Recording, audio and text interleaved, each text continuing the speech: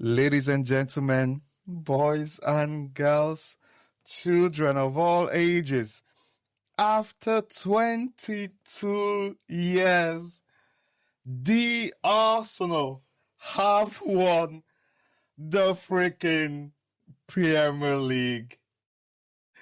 Ladies and gentlemen, I repeat, Arsenal have won the Premier League. By the time you're listening to this episode, we played the last game, we've been given the trophy, and we are preparing for the Champions League final. And to start this episode, I just want to celebrate, do a little dance of Thanksgiving. You know.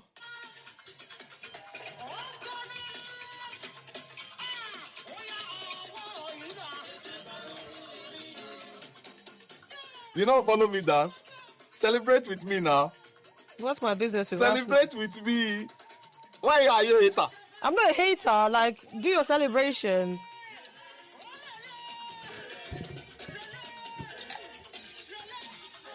See, let me not lie you. Let me know. I didn't know that this is how it felt to win the league. I'll be honest. I didn't know. Because when I lived in Belgium, the club we knew about was like Liverpool, because they had done that 3-3 comeback and won the Champions League. But we knew about like the Henrys, Kanu was playing for Arsenal, but I was not really like into football.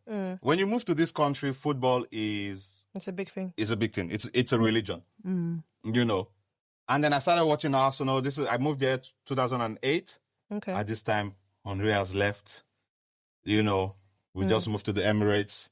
So I didn't get to experience the trophy until we won the FA Cup. And this league, I didn't know this is how it felt. I have been so giddy. Since we won. I mean, it makes sense. Won this league. It makes sense, especially because a child was born, did nursery, primary, secondary school, A-levels, uni, masters before they saw Arsenal win the league. So I feel like I feel like you said that that analogy was with a bit of like... Oh, it was. Absolutely, it was. But what I will say is that because I know a lot of Arsenal fans, I used to be one myself back in the day. When I say back in the day, back in the day when like Adebayo and like Thierry Henry and those ones were like, you know, active players. So they left and you abandoned? It wasn't like I just left. In fact, I moved to Barcelona with like Henry, but I just got out of football. I grew up with boys. Most of my friends were boys, so football was something I just, you know, I watched just because. But as I got older, I lost interest. But the fact that this is something that I know that everyone in my life who supports Arsenal has been looking forward to for the longest time. I remember when they won, I actually did celebrate. I even messaged you. Did I not? I did. Because everything aside, I know how it feels like to want your team or someone that you're rooting for to win so bad. And Arsenal has put you guys through the ringer. You guys have been through a lot. The disappointment, getting to finals, you know, match after match, game after game. That final against Birmingham. So I get the sentiment. I won't knock it. Now, the thing is, I don't feel the kind of joy that you feel because I'm not a fan. But as a friend, I celebrate with you. Oh, thank you. Long may it continue. Let's hope that our kids don't turn 25 before we see another win. It's a prayer. And don't look at me like that because your track record proves that it's very possible that could happen. So I'm going to leave it there. I don't, and I would take it. Thank you for the congratulations. Take it. Yeah. You know, so this is the thing, right? I'll be honest with you guys. I didn't think we were going to win the league. I've always said being an Arsenal fan feels like a abusive relationship. It's a very toxic one. You know, they do you one kind today, then they tell you, oh, come back. They show you they are improving. You think, and then they'll let you down again. Do you think that translates to the personality of Arsenal fans? No, it shows that we are patient and willing to forgive. It shows that we'll stick. We are not the toxic one. It shows we'll stick with you through the thick and thin. I think that's just as toxic. that we are willing to stick by your side. Stick by toxicity. Grow. No. I said it's like. I didn't say it is toxic. I said it's like. Okay. In terms of like you go and you come back, you go and you come back. But see, at one point, I'll be honest, I stopped watching. Because anytime I watch, we'll lose. So I said I will not be watching matches anymore. And we have a Champions League final coming up. So what I'm going to do is I'm not going to watch. I'm not going to believe. Because if it's me now starting to believe and watching, that jinx it for us. Let me just continue the way I'm going now. Let me not watch. Let me just be picking at the results after, I don't want to jinx it. Let me just continue, But I will say, we did see improvements over the years. So it was coming. It's just that they hurt me so much that I didn't think it would ever come. And I am very happy to be proven wrong. That's fair. I'm very happy to be proven wrong. Because you didn't think they would win. You really did not. I mean, you were praying that they would, but you didn't think they would. Wait. Because there's a clip of you laughing. Yeah, because I didn't think they would win either. When I said, no, but I'm saying that with my league. full chest that I didn't think Arsenal would win the league because 21 years in the making, your track record showed that there was a low chance of you winning the league. So me thinking that wasn't surprising at all. If anything, if I thought you guys would win, that would be me holding out hope, right? But you guys won. You guys proved the naysayers wrong. You won the champion. Me not saying it doesn't change anything. So don't worry. At least you guys, you can hold this one for the next 20 years. See, yeah? I might have to enter that 6-hour coach to get to London for that parade. Do it. Like, fam, is that it? Is that it? But once again, did you see the scenes all over the world? No, actually. Fam, Kenya, Nigeria, like all over the world, people were flooding out. The scenes in London, they all gathered to the stadium. No one had to put, people just knew where to go. Ian Wright was in the middle. Oh, it was beautiful. I don't think any other fan base can be that spontaneous and do it like that. I'm even hearing that other fans want to come to the parade. They're saying it's gonna be the summer party of the year. Of course, we're a very diverse, multicultural club. So of course it's gonna be like from Jamaican music to Nigerian music to British music. When everyone starts singing North London Forever, it's gonna sound like church. It's gonna be on a Sunday. See, people are gonna fall under anointed that day. Be it alcohol, be it Holy Spirit, whichever two spirits, people are falling under anointed that day. I'm telling you, it's going to be a blessed Sunday. Oh! Let's go to the... Let's go. You're all right. No, let's go. I'm planning to go, but I'm planning to go with my brother. I haven't decided. I literally just said that. I would have called him. I literally just said that I was very happy for him and maybe I celebrated with him afterwards. Yeah. Guys, as you can tell, I think that's the end of the episode. What is something you have in light of waiting season? What sort of you waited for? Well, what sort of you waited and when it came, let's share testimony. Oh yes, there was one. So my brother, my twin, I remember it was a couple of years ago now where he had failed his driving test a few times. Can't remember how many times, maybe 2 or 3.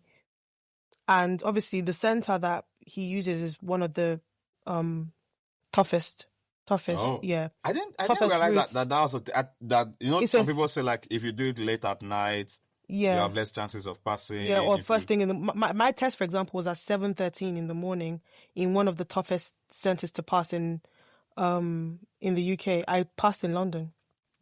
And I remember it was around Hallelujah Challenge time. It was February 2024. And I remember I wrote in my journal and I was like, God, he didn't even tell me he'd booked his test, another test. I just said, this is the last one. He's right. He's doing. I said, God, this is the last one he's doing, because I would see the disappointment when he would come home and be like, I didn't pass. It was literally, I only got one minor, but then at the roundabout, I switched lanes by accident. Like, just something very, very, very weird. Okay. And I remember that day. It was so dramatic because I was at my desk, because I work from home, and I was at my desk, and I literally clicked end on the call. Like, I was in a meeting and I said, okay, bye everyone. I clicked the button. He opens the door and he just flashes his certificate. Oh. And I jumped up. I chucked my wig. I was bawling and I was trying to find my journal.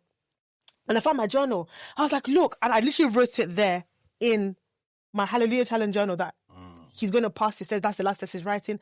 And then he got so emotional. And then he said something to me. He said, do you know that my theory test expired today? Oh. Yeah, so if he didn't pass that day, he'd have had to write another one. So it was the fact that it wasn't just something that I'd been anticipating and praying for him, and he'd also been anticipating, but it was the fact that the way it worked out, you could tell that was God. And that's why when people are skeptical and, they say, oh my God doesn't exist, or all this prayer was your effort. I'm like, there's a way that things just work out that you're like, bro. But that one I waited for because it was something, like, I know how stressful his life was because he wasn't driving. Yeah. Does that make sense? And since he's been driving, I could see the difference in the way he manages his time and things like that. So I was waiting for that for him for years. I was like, he just needs to get it done. And obviously, he was spending a lot of money. What I spent learning to drive, he's spending double. Because driving lessons have doubled. I was paying what? Yeah, I was paying like 21. It's £40. 19 and 21. Yeah, exactly. So... But that was one I was waiting for. So waiting. There's been a lot of waiting. See, there's been a lot of waiting. Speaking of the driving stuff. Oh, I waited to pass theory. Oh, I was very happy when you passed. Actually, fam, I couldn't believe it. I didn't open the result until I got home. Didn't your sister open it for you? Yeah. And then she was like, "Brother, you passed." I was like, "Yeah, right." She was like, "No, brother, you actually passed." The way me and her were jumping, holding hands, jumping around, we were so happy. And people don't realize that I noticed something, B, that a lot of us, we wait for the big things to celebrate. We wait like, okay, when I get that 6-figure job, or when I, do this. Like, we don't celebrate the little perceived little. But the perceived little things. It's very, very important that we celebrate those. And what happens is that because I celebrate any small win, even in the lives of my friends as well, I celebrate it so much. My friend could tell me, oh my God, I finally got this to work, or I celebrate everything. I'm that person. Van takes, and that's where me and her like opposite. I'll tell her like, oh yeah, I finally saw that. She's like, oh, well done. I'm like, oh, it's kind of part of my job. She's like, no, Brandon, you do be in the moment. You did. There's one time, there's one audio that didn't save. Van was like, I'll call you every day and you have to tell me, what did you say? I have to tell you like what I did. No, that's something you're grateful for, that you did like, that day. And I was just like, please don't. But B, it's interesting because that's how I live my life. I have to be grateful for the little, because as you said, I like actually how you put that, the perceived little, because a lot of us, we live our lives anticipating the big things. So you can go 2 years without showing any sort of gratitude because you feel like your life is not going well. But sometimes you realize that you go online and you see people doing a GoFundMe because they're trying to raise rent, or they're trying to raise money to insure their car for the year. And then you realize that, wait, I have never had to worry about my car insurance. I've never had to worry. Like, things that you have, because we get it so easy. And I think you've also mentioned where it's like, because you do it, you think it's something that's, that's normal. But it's not. People, that's someone's prayer point. Your life right now is the life that someone hopes to get. And they're fasting. Yeah. And they're praying for that. Like Manchester United. Fair. It's 13 years now. They are praying also to get the Premier League. Shout out to all the Man U fans out there. That's another group of very resilient people, but they are not resilient. They are spoiled. Ferguson was there. They were winning with. Okay, let me be respectful. That was Sir the Alex time. Ferguson. They were winning. When Wenger was Arsenal, Ferguson was Manchester. what's Liverpool's one? Rafa Benitez was Liverpool. You had Chelsea. What was his name? Mourinho. That was the time. But anyway, I digress. Yeah. So I'm just very, very particular. You know, even when I pray, you know, with Chi every morning, we will pray like, God, we thank God that we have the use of our 5 senses. Do you know what it means to open your eyes in the morning and not see? Like, overnight, while sleeping, you lost your sight. Yeah, that's you know? So it's just like the little things or perceived little things that we just need to be grateful for. Yeah. Yeah, but you know that, like, opening your eyes, you know that thing freaks me out. What? Like, opening my eyes one day being blind or...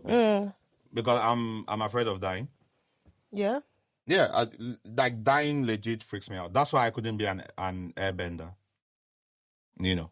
Because I feel like I'm too attached to the world. Okay. But yeah, legit dying free. Because...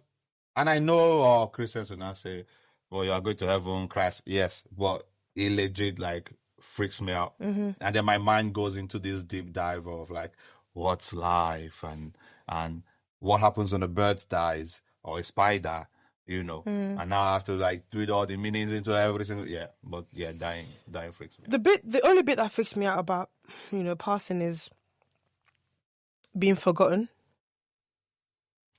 That's the only part of it. Like, someone can go a whole day and not think about me because I'm no longer there. Like, that's the only part. Because when my aunt passed, that was the bit I spoke to my therapist about because I felt guilt. Every single day, I consciously try to remember exactly what her voice sounds like. She had a very distinct voice, right? And I was like, try to remember. And there was a day I didn't think about her morning till night. And you know the funny thing is, even when she was alive, I didn't think about her every day. Yeah. I loved her. We had an amazing relationship. Yeah.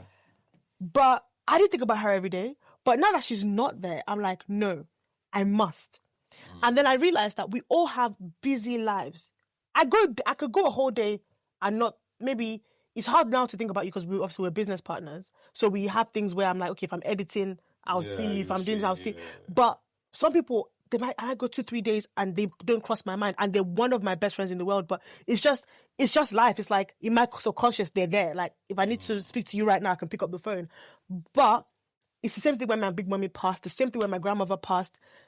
People who have passed while I've been conscious of their passing, you know, when I forget about them, it tugs at my heart, it pains me.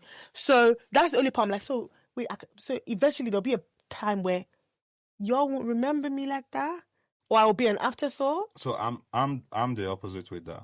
Okay. Because I'm like, oh, I'm dead, so I'm not like expecting anyone to remember me. It's me not being there.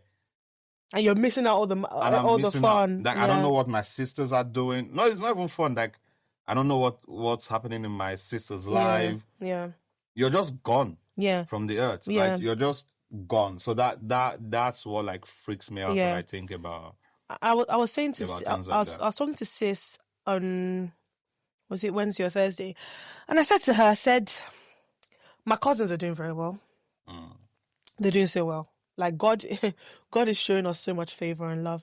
And I was like, but my aunt is missing all of this. Yeah. She's missing everything. Like the growth that they've had in the past 5 months is mind-blowing. And I'm almost like, wow. She doesn't, like, she's not going to see you get married. She's not going to know your kids. They won't know her. They'll only see her in pictures. And that's the bit that also tugged at my heart as well, because she's going to miss. Like, I haven't lived, by God's grace, even half my life. Like, my kids will only know her from the little home videos that we have and the pictures. That also bothers me. But let's not get too gloomy. We're in celebration mood with, you know, yeah, that's why I've never, stuff. like, thought about, like, oh, that's why the whole idea of, like, leaving a legacy, blah, blah, blah, blah. It's not something I'm like, I need to leave my name behind. Obviously, my kids and grandkids will be looked after. If their parents don't look after them after that, it's not your business. That's not my business. But any generation I meet, if it's my kids, grandkids, great grandkids, my hand will touch them. But after that one, if you don't remember although I'm like very particular about like my granddad's name, because that's my surname and not the rest of the family surname. But my dad gave me that name because of like his dad, and no one else was gonna take that name and things like that. So yeah, but for some reason I don't think about I need to leave a legacy and all that type of stuff. I mean, what is a legacy anyway? But all my days, you just said on a line from Hamilton. Okay. See, you should watch Hamilton. I'm alright, thank you. Okay. I don't understand what's going on, guys. Why haven't you subscribed? Why haven't you subscribed to our channel? Me, I'm tired. I'm tired. Everybody does this. I'm tired of. Everybody does this. Guys, subscribe for that. Don't subscribe. I'm tired of begging you guys. I don't understand what else you guys want. We give you guys every week. No, seriously. Sometimes. No, they can actually tell us that we missed a few weeks. But guess what? Sometimes you guys wait for your faves for 2-3 months, and they won't even tell you what's going on. They won't even give you content in the interim. No, we don't need to. We give them content in the interim. That's your business, guys. Subscribe. No, to be honest, you're making it feel like we're kind of begging. We're looking like begs, and that's not my brand. Subscribe. That's not my brand. You don't want to subscribe. Just press the subscribe and be like, okay, you know what. Guys, can I re-emphasize that this is free of charge? It doesn't cost you anything. 2 seconds, pam, and we're done. So please go press, as we're talking now, press the button. Thank you, because I'm putting in all this effort. Look at my wig, look at my skirts. Yeah? People are stressing me. Please, we have milestones to reach, so please go and subscribe and click the the notification button as well. I don't be clicking notification. That's fine. Okay, subscribe. Let's not do too much. Subscribe. Thank you. I'm real. I'll just say do what I do. Subscribe. Yeah. Subscribe. It's not hard. You just watch something one time and put a comment there. Exactly, and that's it. That's all we're asking for. So let's get back to the episode. And we'll see you guys in a bit. Bye. You know, when we're talking about like things we waited for, and I remember uni. Oh, I don't know if I've shared that testimony on this. No, podcast. I don't think so. Do you want to share it? Yeah, like, fam, I waited 5 years to graduate. Hey, God. Fam. It's crazy that once in a while I still think about it. But it's crazy to think that seeing where I am now, because in the moment of it, I was like, yeah, I'm never going to amount to anything in life. You know? Why did you think that? After doing okay, so guys, I studied computer science, honors degree, did my first year, failed one module, failed the summer exam, then I had to repeat first year. So that's my second academic year with the first year of my degree. Then passed that, went to second year, failed, I think, 5 modules. Whoa. Then it was that many? Yeah, then failed 4 of the 5 in the summer. No. Then had to repeat second year. But they were all in the first term. So this time I've spent 4 years in uni, right? In that 4th year, some people that didn't go for placement, they'd graduated. Were doing their masters. Oh yeah. And we were sitting some classes together. Or the people that went on placement were in final year. Were in final year. Bruh. So my friends that I started uni with were all like there. And it was just me, like, way behind. And then I did 5th year. Somehow passed 5th year at once, you know. Even in that second year when I repeated the 4, I still failed 1 module.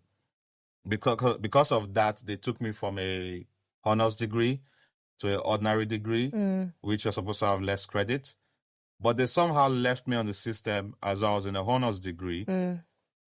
So I actually have a lot more credit than an ordinary degree. I'm like 10 credits away from honors. So did final year, passed. I remember when I got the call to be like, hey, wanted to let you know you passed, but you still have this 10 credits. We noticed a mistake. Do you want to do it to get an honors degree instead of being on an ordinary? I was like, if I don't do it, does it stop me from graduating? They were like, no. I was like, I'm not going to do it. And they're like, all right, cool, you'll be graduating. I remember I was coming downstairs and I was like, I passed. Like, but the noise was like between crying and wailing. My mom was like, "What's wrong? What's wrong?" Literally from walking on my knees to like tears. And I was like, "What's wrong?" I was like, "I'm graduating. I was like, "Oh my God!" And everybody there started screaming, hugs, and Wow. One of Van's like, there's a moment that Van is always like, I don't like that moment. It's Van seeing me cry outside of Tesco in uni. We were on the floor, B. I still have it etched in my head. It's not. But I've explained why, though. Like, you looked helpless and I couldn't do anything. Fam, no, see, uni was rough. Uni was rough. I remember when I was doing one of the exams in the summer. It was a past paper that I'd practiced. I got into the hall. I opened it. I'm like, oh my God, it's the exact same past paper. I'm like, great. I'm going to pass this. Put in my name, did the first page, opened the second page. My mind went blank. I couldn't remember anything. Jesus. When I'm like, I know this past paper. Yeah. In fact, I don't even need to remember. I should just remember what I wrote as the answers. When I say my mind went blank. Jesus. I think I left like the moment you were allowed to leave. I closed it, gave the paper to the examiner person, walked out, got to the foyer in Aston. On the hallway, took the phone, called my dad, got to the foyer, and I said, I am not doing this again. And I was like, what's wrong? I was like, I am not doing school again. Like, imagine telling your African father, like, yeah, like, cut it, not doing this. And when I say in the middle of the foyer, tears, snot, my sleeves were soaked. My dad was like, just come home. Just come home. You know what you just said about just come home? The fact that you had that solace is not something every child can boast of. Van and saying the positive. I can't. So I'm a glass half full, babe. I'm so Van sorry. and saying the positive. That is fair. Some people. That is a no fair offense. Like, no, not to be morbid. Some people, that call would never have happened. It happened. Oh yeah, they'll have to do it by themselves. No, it happened to a guy that he just jumped. Oh. Yeah. Because the thought of making that phone call. Oh, made him. Do you understand? Yeah. That's why I'm saying that the fact that you had the privilege of making that phone call, knowing that you could go home. Like, knowing that there was somebody that you could call. And did you feel disappointed? Like, no, that you were going to disappoint honest. him, though? That was not why. I wasn't calling because I thought they would respond positively. No, that's what I'm saying. But the fact that the positive response came. Oh, yeah, no, I'm grateful. Shout out to them. But in my mind, I was calling because I was at the end of the ropes. It was either doing a jump or thank God you made the right choice, because now I have my friend. I'm facing the what do you call it? I'm facing the music of it. But if not, it's nice to always be able to go. And like, I don't have a lot of regrets, because I always believe that if you make a decision, no matter the outcome, you stick by it. Some things work out, some things don't. Yeah. But one thing I did regret, if we're talking about like home and them creating environments, is when I started uni, I chose computer science. Yeah. After the first week, I was like, oh my days, I should switch to computing for business.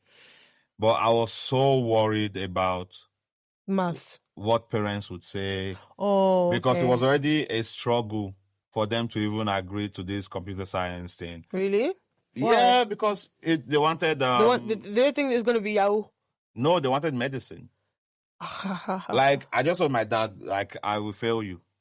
If you ask me to do anything medicine... What is you guys' obsession about being a doctor, by the way? No, because for my dad, it was stability. I know. I know. But I just told him, like, yeah... But they're not just saying stable now. I just told him, but when I got there, I was like... that's the one thing I always thought about that. Because if you look at everything I do now, probably should have done computing for business. Like, but hindsight is 2020. You know, hindsight's 2020.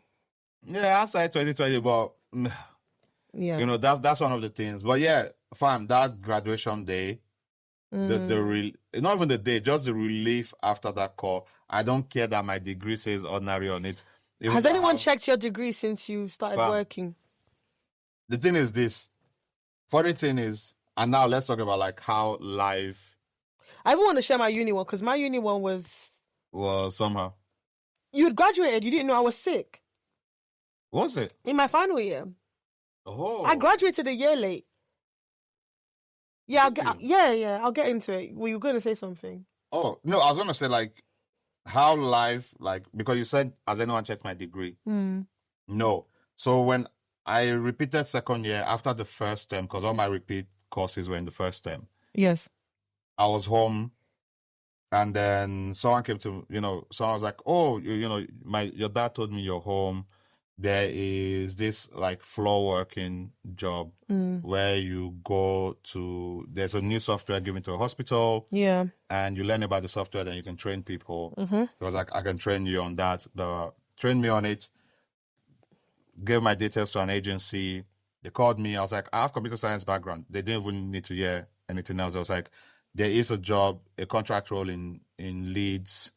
For a referral to treatment quality assurance person. That job in Leeds is what they looked at when I graduated. They're just like, oh, you have NHS experience. Yeah, come for the interview. Computer science background, NHS experience. So no one checked. No one's checked my degree 1 minute. Like, I remember when I graduated from my undergrad, I put it in a plastic film thing. It hasn't left that film since. I did my master's, I graduated, I put it in the film next to that one, hasn't left since. I haven't scanned it, I haven't emailed it to anybody, no one's verified my degrees. If you actually ask me, I don't know where I know where mine is. In fact, my lovely, beautifully earned first class degree is literally at the front of that folder. Every time I want to go through any important document in my life, that's the first thing I see to remind me that I spent 5 years in school, 4 years for one degree. It was worth it. Yeah. Do you know what I mean? Because I gave it to my after everything, I gave my dad put my robe on him. That was the tears in my eyes. The tears in me and his eyes as well. When that happened. Because I would love to just have lived in his head that moment. Yeah. Were you the first person with a degree in your family? In your immediate family? Yeah.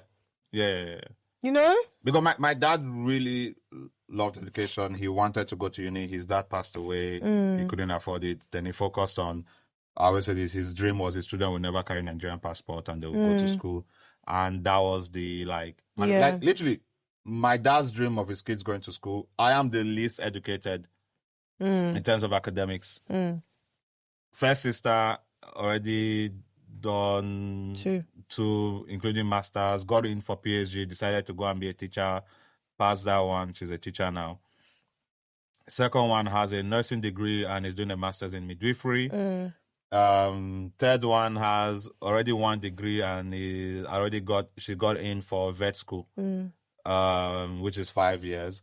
And the last one already got into dentistry. Which is starting next year. Like, they are, now maybe, in terms of academics, now maybe Olodo. What? For my family. Guess who knows you? The world, because you're on a platform called Banter and Believe podcast, you know? Yeah, exactly. But girls, exactly. But you know what's interesting about this whole waiting thing? So just to give you guys context, it started, I'm just going to, jump back and jump forward. So when I was in sixth form, I had a condition.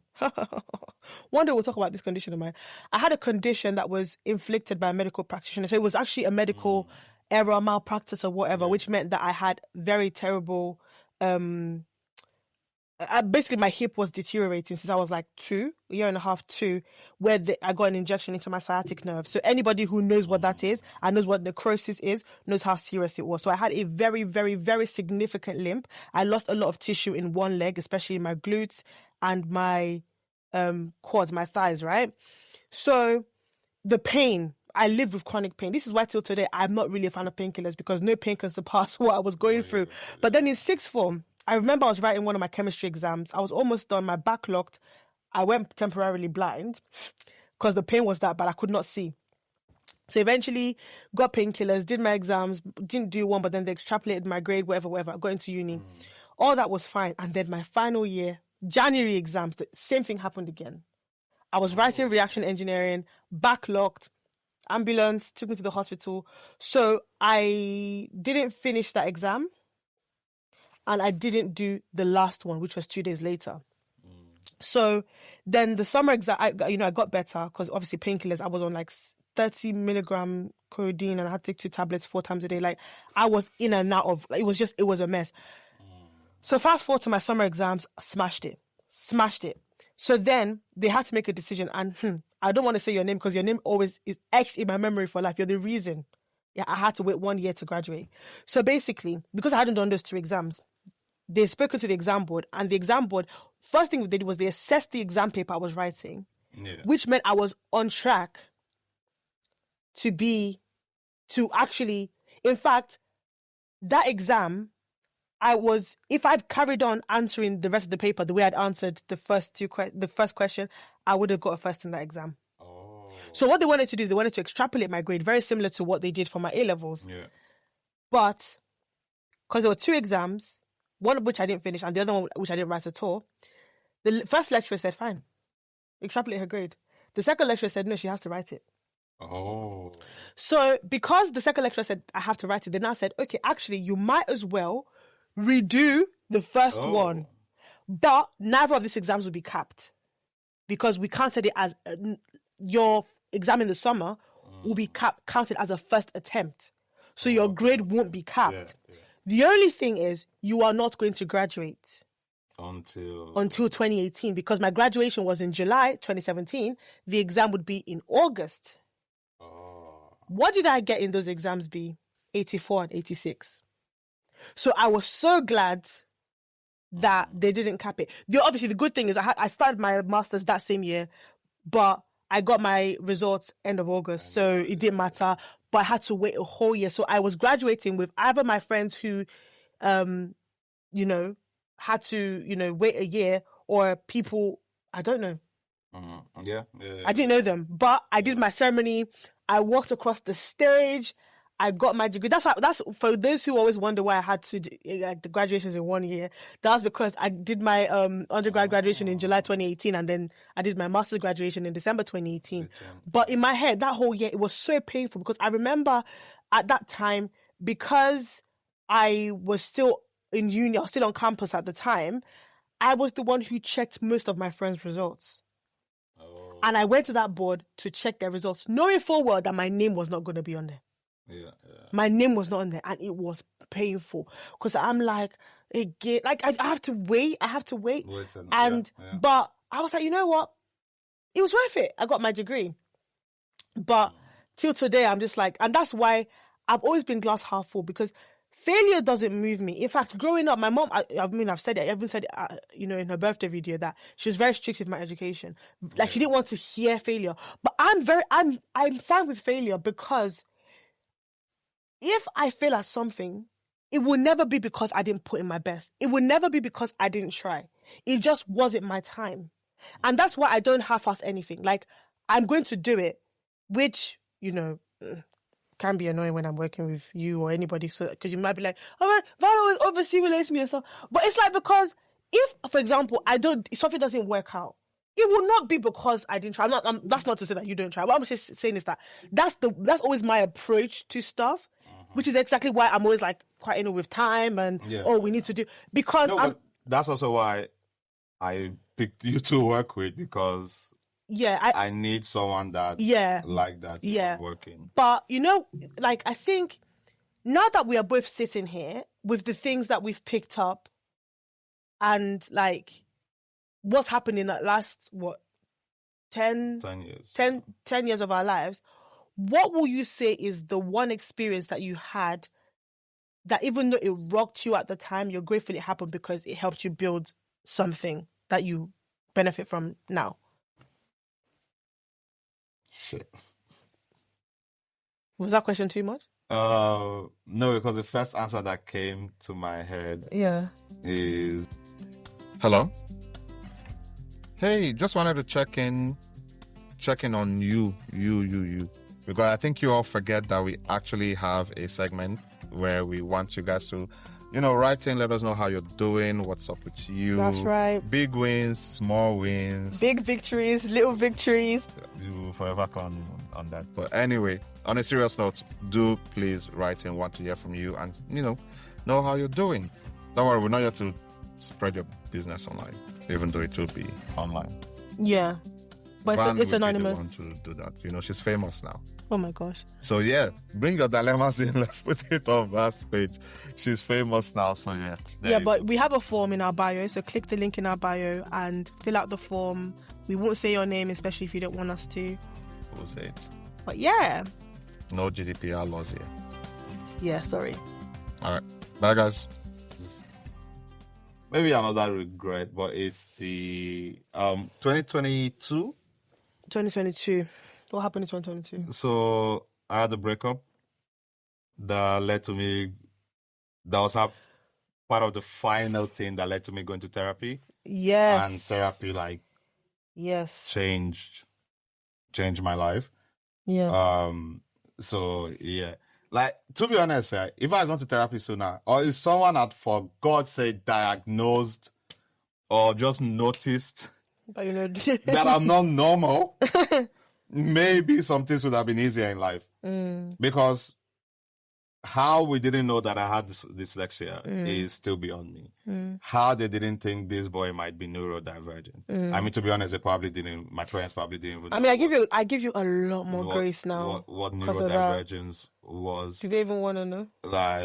You don't want to know. Fam, when I'm telling some people, oh, my parents, they're just like, yeah. You didn't know? You did. How? So a friend of mine was like, how did no one notice? The funny thing is, when I see you operate, I wish you could get in my head for 2 minutes and watch yourself. Is it? Yeah, it's fascinating. But the thing is, it's because now I know that you are, it's still there, very glaring, but I just give you grace. Oh, well, thank you. It's very interesting to watch. It's funny. It's not funny when we're time pressured, but it's funny when I'm just seeing you in your element. I'm like, oh, bro. Yeah, so going to therapy, yeah. I always thought if I had gone to therapy sooner, I'd have made certain decisions better, or I would have been able to understand why I was making certain decisions or acting the way I was acting, and I'm being more conscious about it and things like that. So yeah, that's the first thing that came to mind. Yeah, when you asked that question. Okay. But yeah, man, it's. I don't know if I have any. Wait, what was the question I asked you? Oh no, that call we had. Where I didn't end up going into the cinema, and we just spoke. And I think that's the day we got close. I was still living in Gloucester then. What was the call about? The call is... I know I was ranting. I don't remember what I was ranting about. Family and finances. Yeah, that checks. And you told me your life history. I feel like that was the day we became actual friends.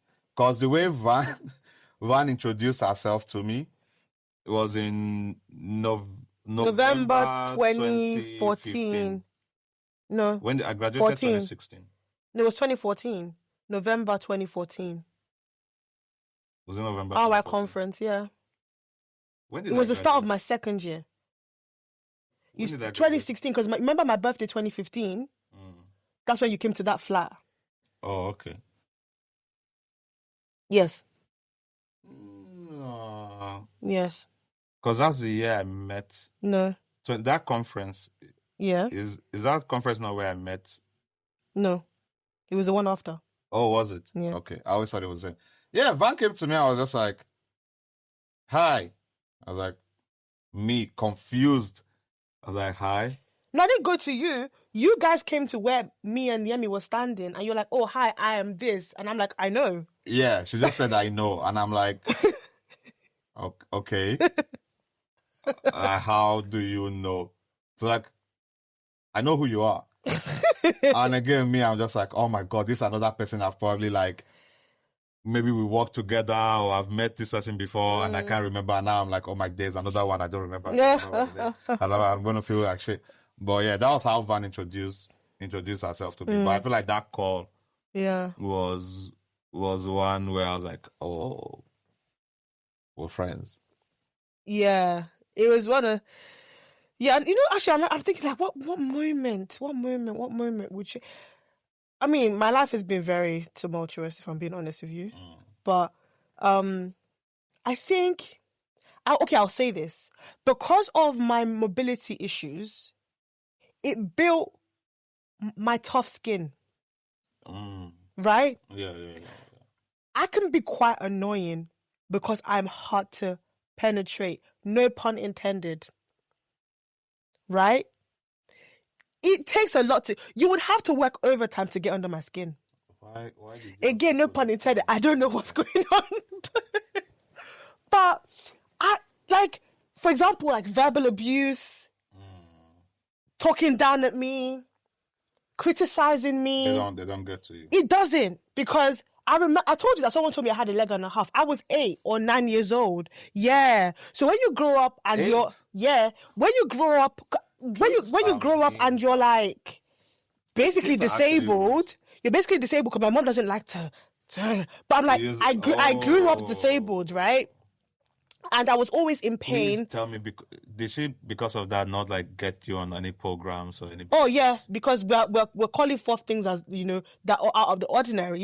Yeah. So I was, but it built me, and because of that, I also felt the need to just do well, because there wasn't much else. Like I wasn't athletic because I couldn't be. So I focused on things like my music, because my music didn't need mobility. My academics didn't need mobility, and things like that.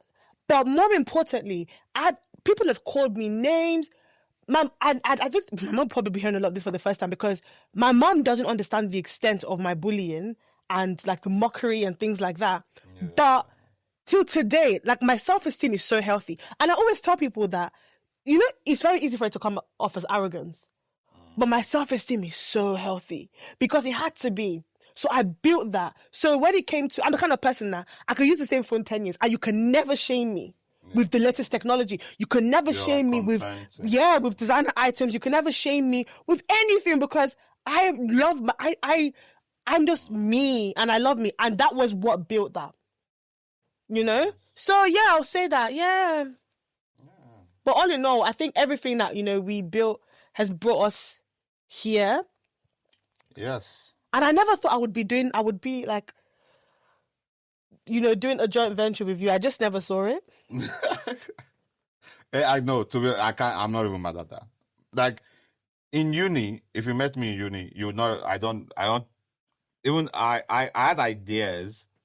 Because we started coordinating in uni. Yeah, that's when I met your people for the first time. Yeah, but I didn't realize that entrepreneurship was this ingrained in me. Yeah.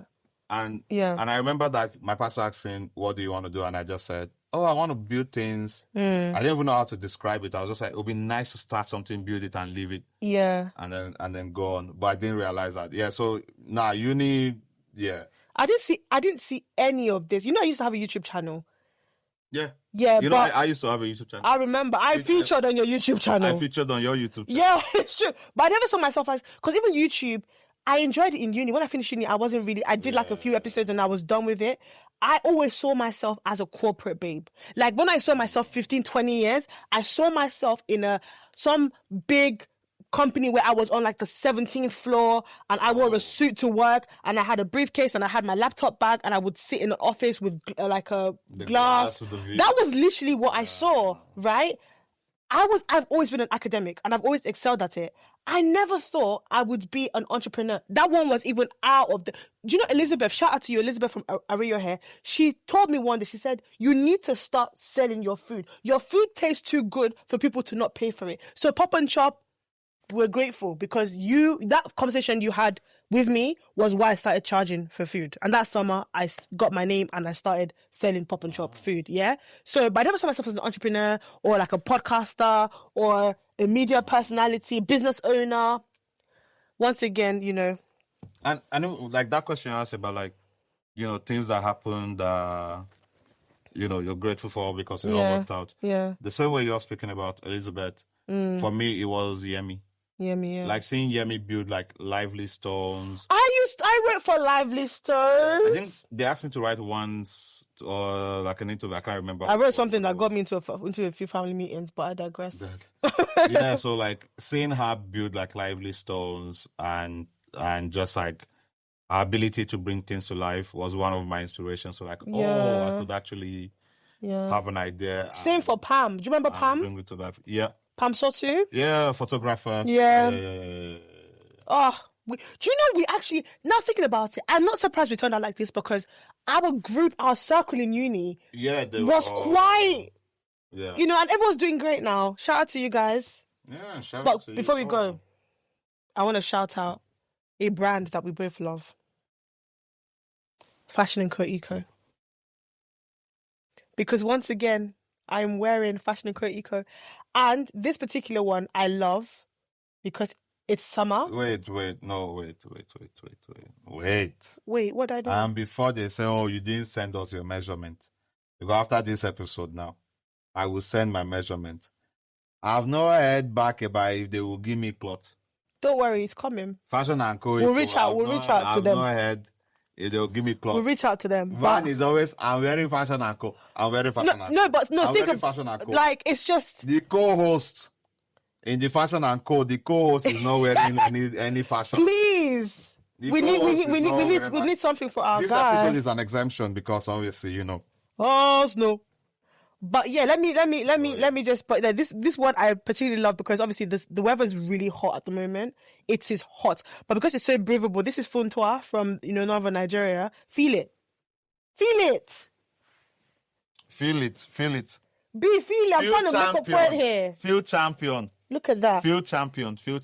Champion. But yeah, so this is Fashion & Co. Eco, and it's just nice.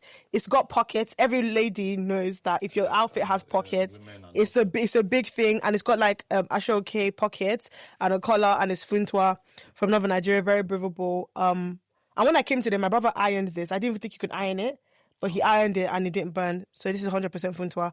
So yeah, I just said it because I'm all about sustainable and ethical fashion, and so the fact that you have brands like Fashion & Co. Eco that provide stuff like that is beautiful to see. And I always look like I have money every time I wear like their outfits. Have you noticed that? This is that Van is giving shout out. So if you are a PR person, a marketing person, if you are the lady from Marks and Spencer's that does the food and product development, I've been seeing your TikTok.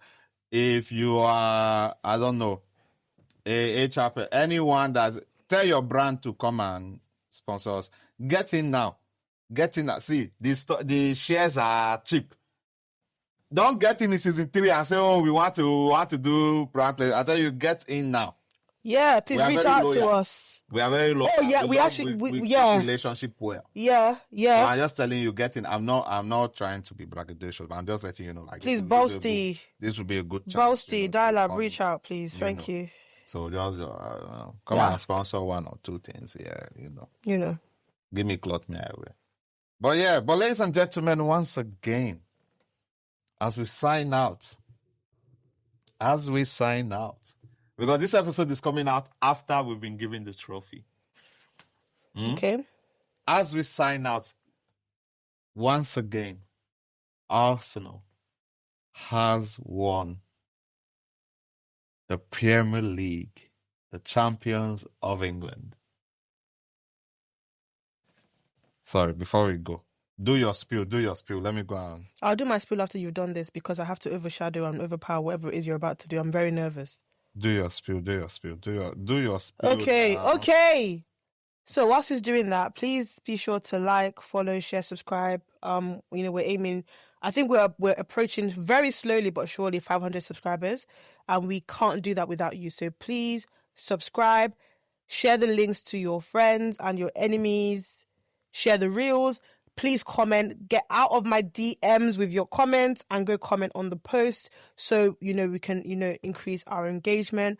But honestly, so far, you guys have been amazing, absolutely amazing with all the things that you've done for us, sharing our content and things like that. And yeah, with our, our last guest, thank you for all the love that you showed our last guests and, the comments and things like that. Thank you. So I'm sure you're ready with your...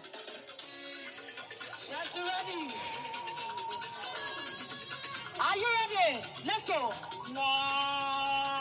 London forever. Let me hear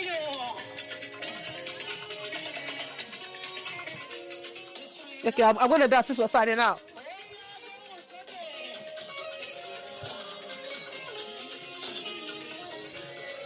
Huh? I will see you.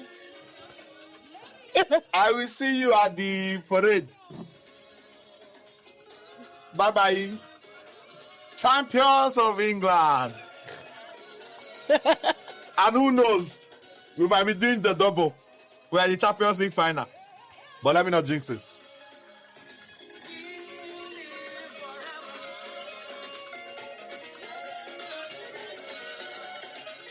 All right. Bye, guys. Bye-bye. Bye-bye. Bye-bye.